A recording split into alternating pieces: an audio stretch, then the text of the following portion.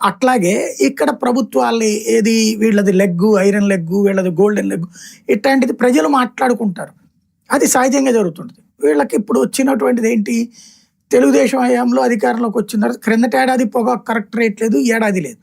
వాళ్ళ అదృష్టం ఏంటంటే ఆ టైంలో చైనా కానీ ఇతర దేశాల్లో బాగా సేల్స్ ఉండటము, అక్కడ పొగాకు అక్కడ వరదలు తుఫాన్ల వల్ల పాడైపోయినాయి ఆ ఏరియాలో. ఇక్కడి నుంచి వెళ్ళేదానికి బాగా కాస్ట్ వెళ్ళింది. అందుకని 300 రూపాయల పైన కూడా వెళ్ళిన సందర్భాలు ఉన్నాయి. 340, 350 కూడా. మిర్చి కానీ పొగాకు కానీ ఆ టైంలో ఒక రకంగా అద్భుతమైనటువంటి ఛాయిస్ వచ్చింది. అది వాళ్ళ అదృష్టం, అతని అదృష్టం.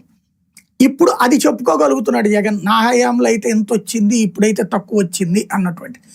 అది పక్కన పెడితే రైతుకి విషయంలో ఇక్కడ ప్రభుత్వం మిస్ అవుతున్నది ఏంటంటే 200 రూపాయలకు కొనాలని ప్రభుత్వం చెప్పినా కొనకపోవడం అన్నటువంటిది ఇక్కడ తప్పు. అక్కడ ప్రభుత్వం, ఇంకా ప్రభుత్వ పాత్ర ఏంటి? అప్పుడు ఇక రైతులు అమ్ముకునేవాళ్ళు, కొనుక్కునేవాళ్ళు, వాళ్ళిద్దరి మధ్యన నీకేం సంబంధం లేనప్పుడు ప్రభుత్వం అనేటటువంటిది వేస్ట్ కదా. అలా కాకుండా వాళ్ళిద్దరి మధ్యన అనుసంధాన పాత్ర. ఇప్పుడు మన ఆక్వా వాళ్ళది ఉంది, ప్రభుత్వం తగ్గించమని స్వయంగా చంద్రబాబు గారు చెప్తే వాడు తగ్గించను బొమ్మనే ఇంకొంచెం పెంచి చూపెట్టా. అప్పుడు ఇంకా ప్రభుత్వం ఎందుకు, ప్రభుత్వం మీద నమ్మకం ఎందుకు ఉంటుంది రైతులకి? అది కదా ఆలోచించాల్సిన ఇష్యూ. అవును, కానీ ఒక పొగాకు రైతనే కాదు సార్, మొన్న మధ్య వరి రైతు ఇబ్బంది పడ్డాడు, ఇప్పుడు పొగాకు రైతు, అంతకుముందు మిర్చి రైతు ఇబ్బంది పడ్డాడు. అంటే రైతుల విషయం